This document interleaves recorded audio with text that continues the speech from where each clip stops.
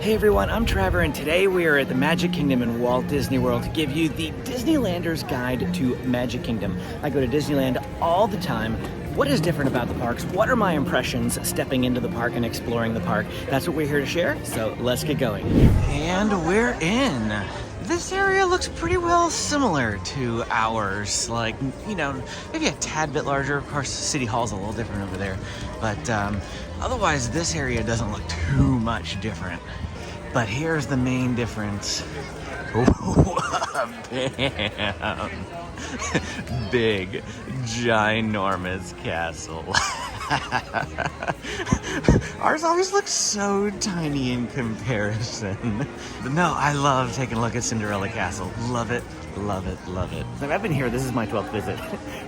But you're gonna get first impressions on, like, you know, rides throughout the day and which rides I think are better at Disneyland, which rides I think are better at Magic Kingdom, that sort of thing. We'll also have 4 videos like this for all 4 parks.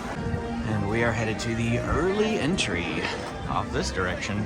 We're gonna head straight for Tomorrowland this morning. I'm not going to be attempting to rope drop Seven Dwarfs Mine Train because the last time that I did that for early entry, it took me 60 minutes. I don't have that kind of time here this morning, so we're gonna attempt to go do Space Mountain at rope drop. It's 8:25 and we're moving. I like how calm and organized this is because they have cast members walking you to the line.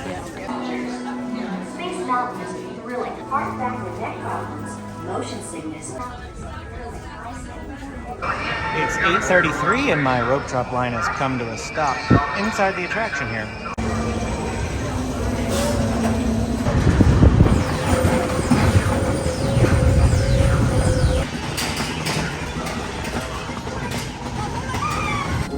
I think one of the things that I adore the most about Magic Kingdom's Space Mountain is their exit queue.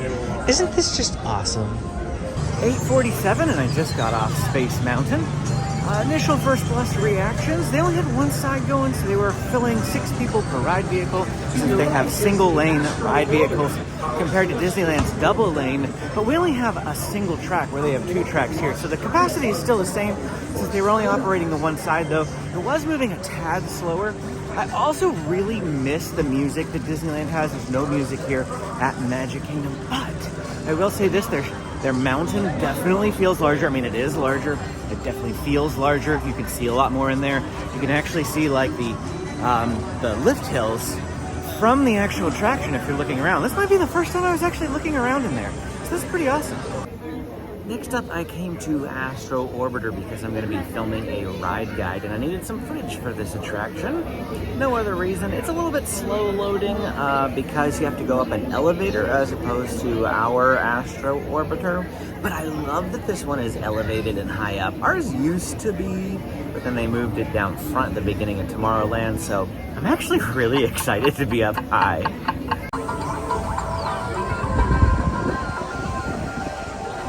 At this point, the park is officially open now, and so I have a schedule I'll plan to keep for some other videos that I plan to put together here.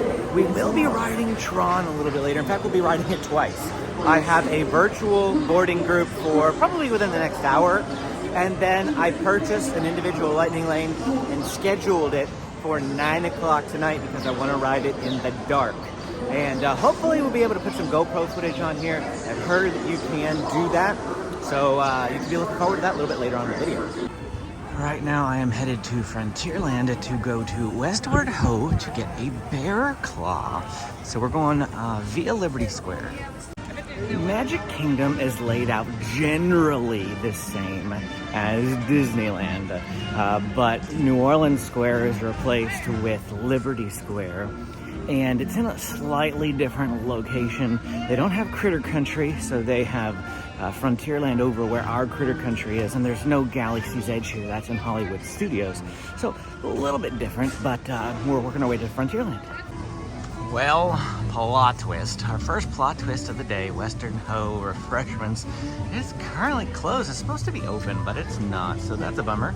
So when I'm here at Magic Kingdom, how do I choose what rides to ride if I have a limited amount of time? Because usually when I come, I'm here for a week and a half. You know, I'm doing at least each park twice, so I can generally hit all the rides. But today I'm here, or this week I'm here for 2.5 days. And that means that I have to get all 4 parks in just 2 full days. Our Pirates of the Caribbean is slightly longer, and it has 2 drops compared to just a single drop here at Magic Kingdom. So this is a ride that I'm probably going to pass on, especially since I just rode it at Disneyland. So I really want to focus on the attractions here at Walt Disney World that are unique to this park, which is why I'm hyper-prioritizing Tron. I'm going to be riding that twice, and we'll see what else we get done here today at Magic Kingdom.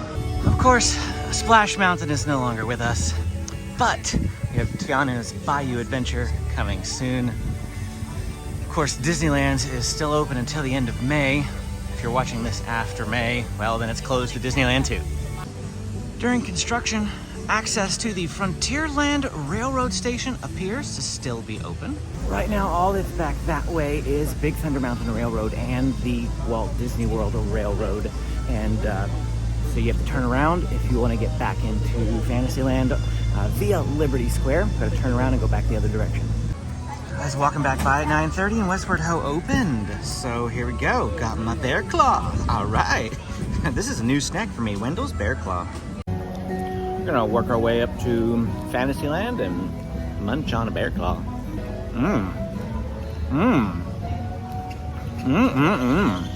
That is very, very delicious. Wow. If you love bear claws, the chocolate on them, amazing. The store attached to Winnie the Pooh, 100 Acre Goods. That's good. Here at Mad Tea Party in Fantasyland, Magic Kingdom has a covered area. If you notice, that's because it rains a crazy amount here in Florida. At Disneyland, we don't get a whole lot of rain, so ours is open and to the air. But here they have a lot of attractions, actually, that are covered, which make it easier to enjoy more of the park in the rain, which is almost guaranteed. One of my favorite attractions here at Magic Kingdom is Seven Dwarfs Mine Train. This is an absolute must. It's got a lower height requirement. I believe it's 38 inches, so it's very family friendly. And it's kind of low on the thrills, but it's still a very exciting and fun ride, especially if you love Snow White. Don't have time for it here on this journey, on this adventure. You can purchase the individual lightning lane. I don't want to spend the money, but I don't have time to stand by it either. Therefore, I'm gonna have to pass on it for this visit, but I do love it so very, very much. Check this out. This made me chuckle. We're in the Beauty and the Beast area here, and it says Maurice's Amazing Popping Machine. So the popcorn cart has a unique theme. I love it. As I said, I've been here 12 times, but there's just so many little details that you can miss. You see new things absolutely every time. I am in love with this park right now. I miss Magic Kingdom. I mean, I love Disneyland, don't get me wrong, but I love being here too. And keep your hands and arms and legs inside the train.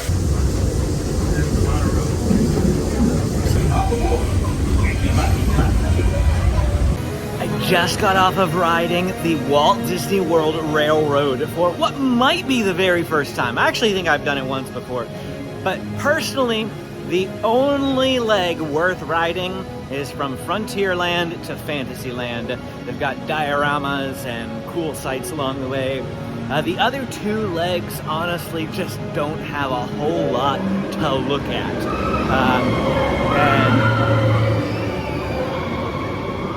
And I can't wait to ride that later. 2 of my favorite attractions of all time, Walt Disney's Carousel of Progress and the Tomorrowland People Mover. Both of them are here. I love them so, so much. If there's one thing that's not different, it's the phenomenon of 11 o'clock. Disneyland Magic Kingdom, regardless, it's 11 a.m. at the moment, and look at all the people that are spilling into the park.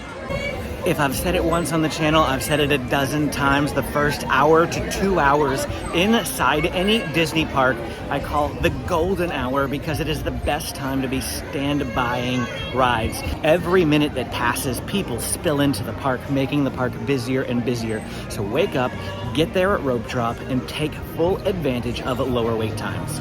Sleepy Hollow Refreshments is primarily more of like a dessert place that offers funnel cakes and sweet dessert type waffles. but they also have a spicy chicken waffle that we're gonna give a try here. This has got a nice flavor to it. The waffle's kind of sweet, and then the sriracha chicken has actually a really good kick to it.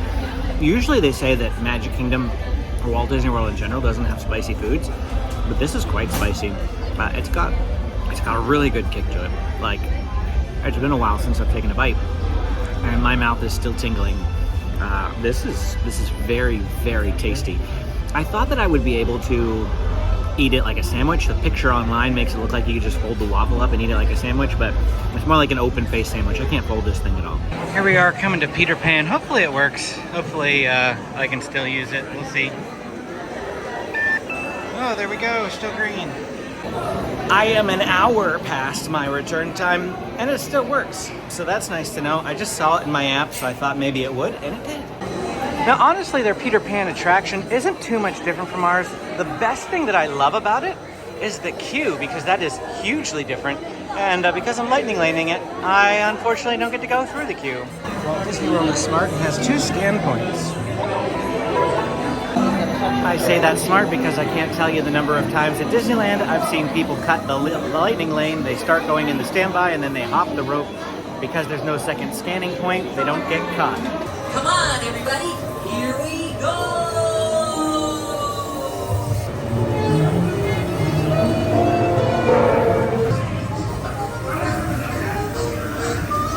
So I was wrong. My memory must have been a little fuzzy from the last time that I rode that. The one here is a bit different.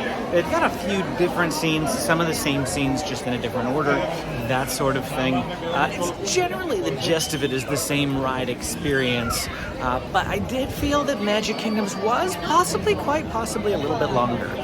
It is time. I had a boarding group for group 61. It is 1:21 in the afternoon, and I'm headed to Tron. Here we go. Woo! Looks like they have a test ride vehicle that a lot of people get photos on too. I did just confirm GoPros with chest mounts are allowed. Nothing else though, chest mount only.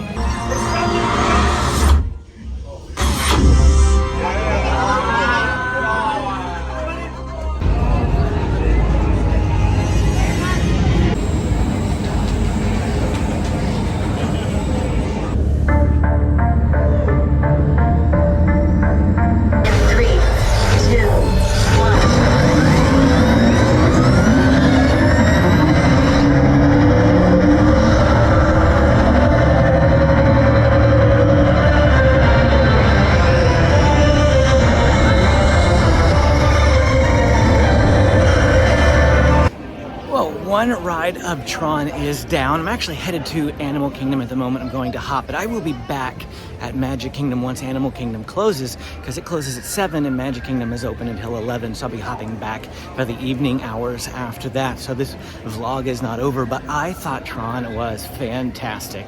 I've heard reports that some people don't like it. I thought the initial launch was very exhilarating. I was in the front row. That was awesome. You know, once it goes inside and you can't really see where you're going all that well, it becomes a little less interesting, which is odd because Space Mountain relies upon the fact of, you know, you coming and like riding in the dark. But I really enjoyed Tron. I'm gonna ride it again later on tonight, so when the outside portion is also dark, see if that really adjusts the experience at all or not. We will see. And we're back at Magic Kingdom. It's a little after 7 now.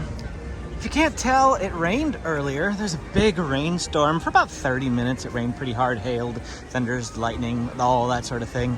Rain went away, clouds have stayed, but we're gonna go have a good rest of our evening. First order of business is Casey's Corner. I wanted to do this earlier, but I didn't have time because of my Tron virtual boarding group. So I placed a mobile order and I'm coming here to get those corn dog nuggets. All right, let's give them a try. I don't know, pretty good.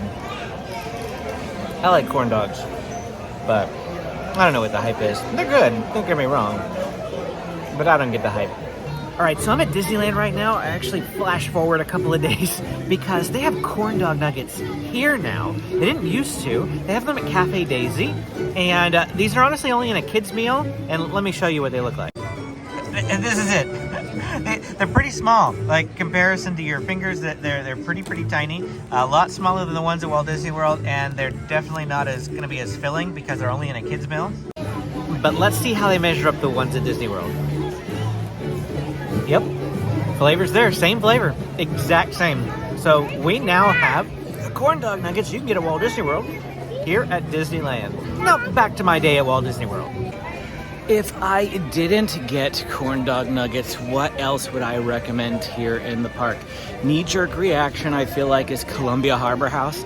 I also enjoy the table service restaurant Skipper Canteen, but I have to give major props to the spicy chicken waffle that I had from Sleepy Hollow earlier. That was really good, and the memory of it is just sticking with me. Oh, it was the perfect blend of sweet and spice. Ooh, I'll be getting it next time for sure. Currently on my way to Big Thunder Mountain Railroad for a lightning lane, and it just started spritzing again. The sun is trying to peek through the clouds though. I see blue sky up there. I got a lightning lane for Big Thunder. Initially it was 7:55, then I was refreshing, got it down to 7:40, and kept refreshing, got it down to 7:35. Couldn't get any lower. 20 minutes, I'll take the 20 minutes saved from just refreshing a lot. The key there is to modify, not cancel. I shared that tip in a Disneyland Genie Plus video that I recently did. You hit modify and then you can just keep scrolling and refreshing until you get a better time that you like and just change to that time without actually canceling your reservation. You can also show up 5 minutes early. Since my time was 7:35, it's 7:34 and I still got in.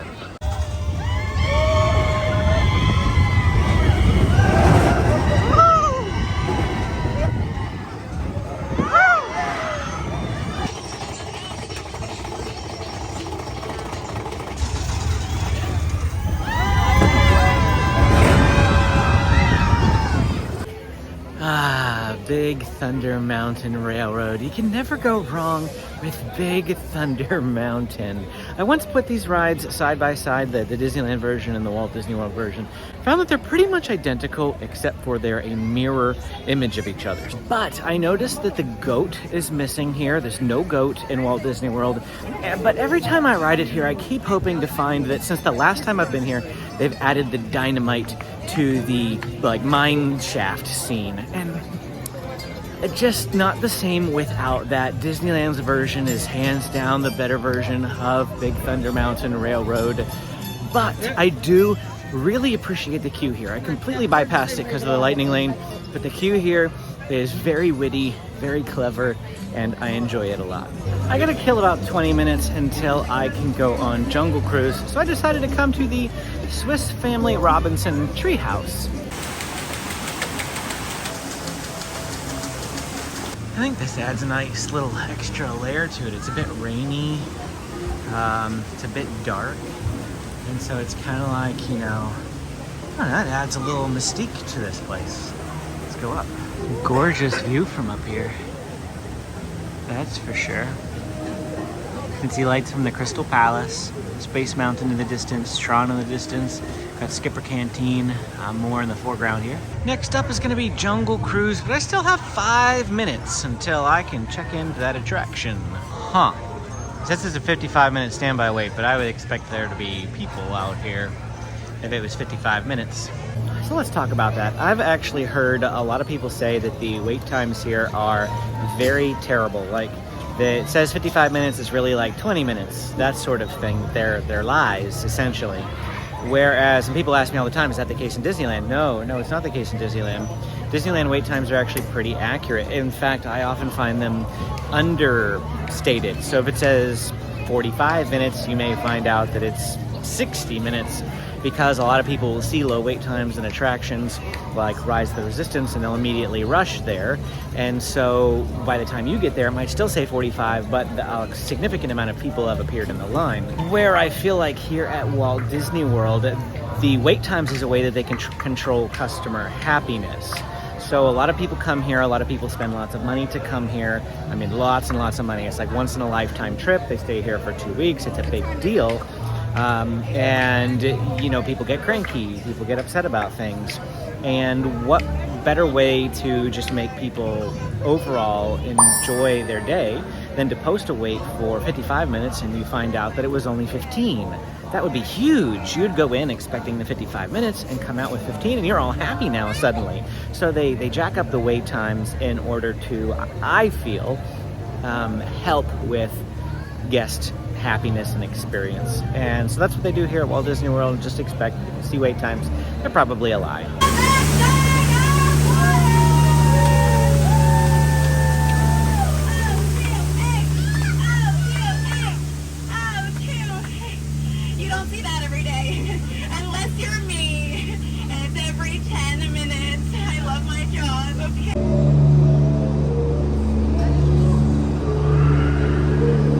Off the Jungle Cruise and night has fallen. I know you can barely see me. She had some really amazing jokes on that Jungle Cruise. Unfortunately, I couldn't film them for you because the guy sitting next to me was talking on his phone almost the whole time, and he was talking very loudly on his phone. So now is a great time to tell you a couple of common courtesy tips. First, when you're at Disney, don't stop in the middle of the path. If you have to stop to figure out where you're going, move off to the side. If you are going to get into a line, make sure you have your whole party with you. Whenever you send one person to hold the space in line and you jump the line, it is rude to other guests. If you are going to ride a ride, don't be on your cell phone. It ruins the experience of others around you. Speaking of ruining experiences of others around you, this one I have to really tell myself. If you come to Disney and you know the rides off by heart, and then you start to quote those rides in the middle of the ride, it really can ruin the experience. Guilty when it comes to Haunted Mansion specifically. So I have to watch myself. So just a couple of tips to help the other people around you have a better day. And hopefully that knowledge will help you have a better day too. Right now we're headed up to Fantasyland. I have 30 minutes to kill until my Tron lightning lane that I paid for because I wanted to ride it at night. And we're gonna go do one of our multi-experience passes that we earned earlier for Little Mermaid being broken. I actually have two multi-experience passes. I have one for Space Mountain too. Twist and pivot. I actually rode Space Mountain earlier. I rope dropped it. And that multi-experience pass is a lot more powerful than my Little Mermaid one. The power is dependent upon what type of ride you had before. Little Mermaid, lower tier ride, Space Mountain, higher tier ride. So I can actually use the Space Mountain one on Haunted Mansion, which we just walked by. Let's go do Haunted Mansion. Here we go, Haunted Mansion at night. It actually feels kind of haunted. See what I mean? I'm already humming the tune. Stop that, stop that. Almost as though you sense a disquieting metamorphosis. Is this haunted room actually stretching?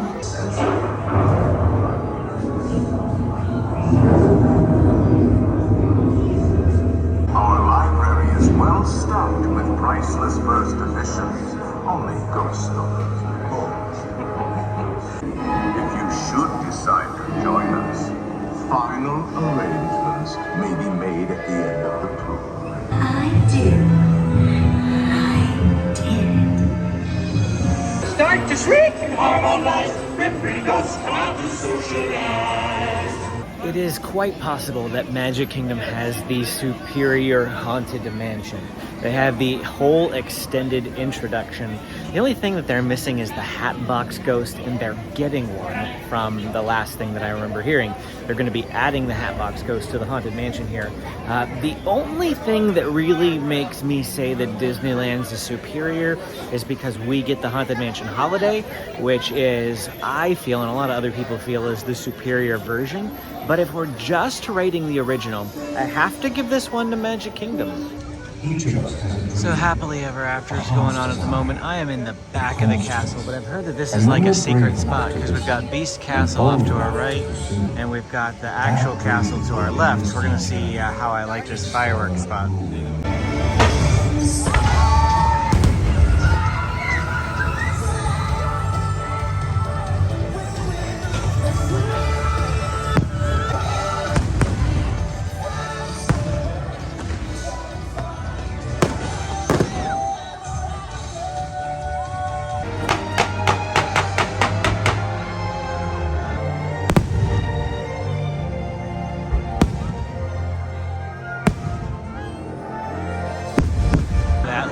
cool at night.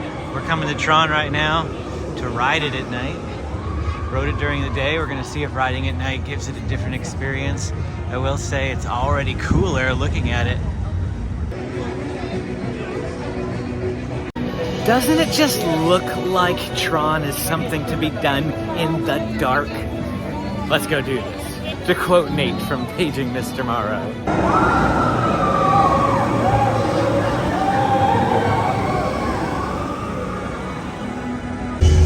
No line in here right now. Of course, fireworks just ended and I beelined it over here. So, chest mount. Initiate in 3, 2, 1.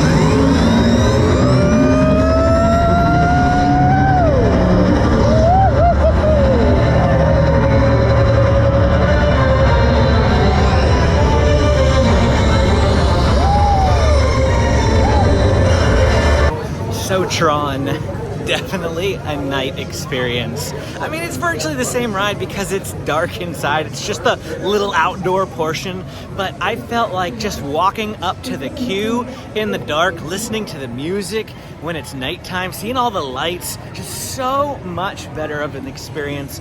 I would highly, highly, highly recommend Tron as a nighttime attraction for sure. Gotta love Main Street at night. Doesn't matter what park you're in. So I'm gonna have to cut now. I forgot to do a sign out video yesterday. I got caught up meeting up with some friends, Becca Robbins from Instagram, who shares Disneyland content, and Amanda Provost from Provost Park Pass. We met up at Magic Kingdom last night, spent about an hour and a half together riding Big Thunder, eating at Sleepy Hollow, and that sort of thing. I totally forgot to do a sign out. So here it is. So if you enjoyed this video, hit the like and subscribe button. More Walt Disney World content coming your way. See you again next time.